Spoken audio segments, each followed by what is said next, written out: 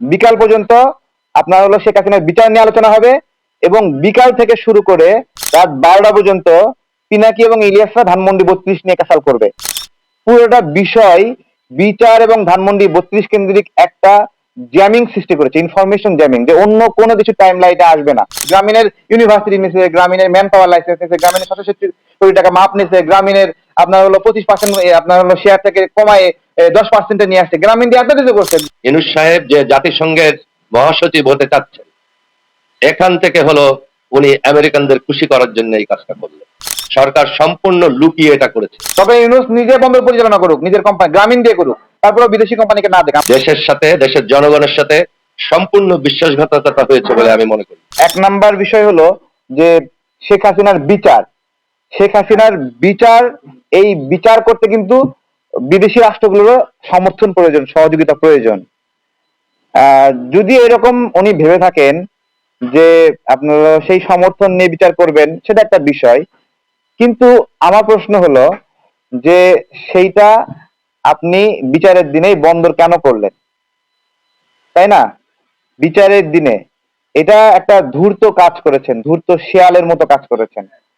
যে যেদিন বিচার হবে সেই দিকে দেখেন, এখানে কয়েকটা স্টেজে কাজ করা হয়েছে। একটা হলো বিকাল নাগাদ, বিকাল পর্যন্ত আপনার হলো শেখ হাসিনার বিচার নিয়ে আলোচনা হবে, এবং বিকাল থেকে শুরু করে রাত 12টা পর্যন্ত পিনাকি এবং ইলিয়াসরা ধানমন্ডি 32 নিয়ে ক্যাসাল করবে।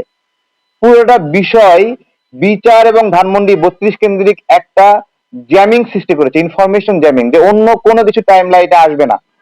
এবং সেখানে দেখেন সবকিছু আয়োজন অনেক সুন্দর, এবং আপনার হলো যেই আইন শৃঙ্খলা রক্ষাকারী বাহিনী জনগণ দেখে ভয় পেত, হঠাৎ করে ধানমন্ডি 32 ভাঙার দিন তারা সাহসী হয়ে গেছে, এবং একটা মানে টি-20 ম্যাচ চলছে সেখানে। ঠিক আছে, সবকিছু মিলিয়ে আয়োজনটা সুন্দর ছিল, বন্দর বিদেশিদের হাতে দেওয়ার জন্য, একটা কর্মযজ্ঞ শেষ করার জন্য। কে বয়কট করার কথা বলেছে, অথচ দেখলাম সে নগদই কাইট হয়ে পড়ে আছে, তাই না? তো আমরা আসলে কি বয়কট করে কি পাবো? আমাদের আমরা তারপরে আবার দেখলাম যে প্রাণ গ্রুপ, আরএফএল গ্রুপ, তাদের পণ্য বিভিন্ন সময় বিভিন্ন জন বয়কটের কথা বলতেছে। দেখেন, এই আমাদের যত ব্যবসাগুলো আছে, আমাদের স্কয়ার কোম্পানির মালিক যিনি, তিনি তো আপনার হলো মুসলমান থেকে খ্রিস্টান হয়েছেন, তাই বলে কি স্কয়ারের সমস্ত পণ্য আমরা বয়কটের কথা বলবো? ব্যবসা দেশের জন্য একটা মানে হলো খুবই আমানত, এবং এই দেশের জন্য, দেশের ভালোর জন্য ব্যবসা, লক্ষ লক্ষ মানুষ এগুলোতে কাজ করে। আমরা কোনো দেশীয় কোম্পানিকে বয়কটের বিষয়টাকে সমর্থন করি না। ধর্মীয় ভাবে বা বিভিন্ন রাজনৈতিক ভাবে কেউ যদি ব্যক্তিগত ভাবে জায়গা থেকে খারাপ হয়, তাহলে আমরা তাদেরকে সেই ধর্মীয় জায়গা থেকে মোকাবেলা করব। রাজনৈতিক জায়গা থেকে কেউ যদি খারাপ করে, রাজনৈতিক জায়গা থেকে মোকাবেলা করব।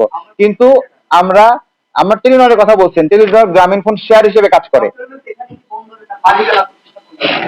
হতে পারে, এটা হতে পারে। ঠিক আছে, ডক্টর ইউনূস নিজে বন্দর পরিচালনা করুক, নিজের কোম্পানি গ্রামীণ দিয়ে করুক, তারপরে বিদেশি কোম্পানিকে না দেখ। আমরা এটা বলতেছি, সে বিদেশি কোম্পানিকে কেন আনে? তার গ্রামীণ তো অনেক বড়, গ্রামীণকে দিয়ে দেখ সরাসরি। গ্রামীণের ইউনিভার্সিটি নিছে, গ্রামীণের ম্যান পাওয়ার লাইসেন্স নিছে, গ্রামীণের 67 কোটি টাকা মাপ নিছে, গ্রামীণের আপনার হলো 25% আপনার হলো শেয়ার থেকে কমায় 10% নিয়ে আসছে, গ্রামীণ দিয়ে এত কিছু করছে। বন্দরে গ্রামীণ চালাক, তারপরেও কোনো বিদেশি কোম্পানি হাতে এটা না যাক। এটা আমি এই বন্দর হস্তান্তরের বিষয়টা যখন চালু হয়েছে তখনও কয়েকবার বলেছি, আমাদের দেশে এখন যথেষ্ট পয়সাওয়ালা লোক আছেন, যারা চাইলে এই বন্দরের উন্নয়নে যে পরিমাণ টাকা লাগে সেটা একজন না পারলেও 2 থেকে 3 জন ব্যবসায়ী একসাথে হয়ে এই কাজগুলি করতে পারত। যেই যন্ত্রপাতি, উন্নত যন্ত্রপাতি এই বিদেশি কোম্পানি এখানে ব্যবহার করবে বলে ইউনূস সাহেব প্রচার করছেন, সেই যন্ত্রপাতি তো নিশ্চয়ই বিশ্বের বাইরে মঙ্গল গ্রহে তৈরি হয় না। এটা বিশ্বের কোন দেশে তৈরি হয় যেখানে টাকা দিলে ওই যন্ত্রপাতি, ওই টেকনোলজি আমরা এখানে আনতে পারি।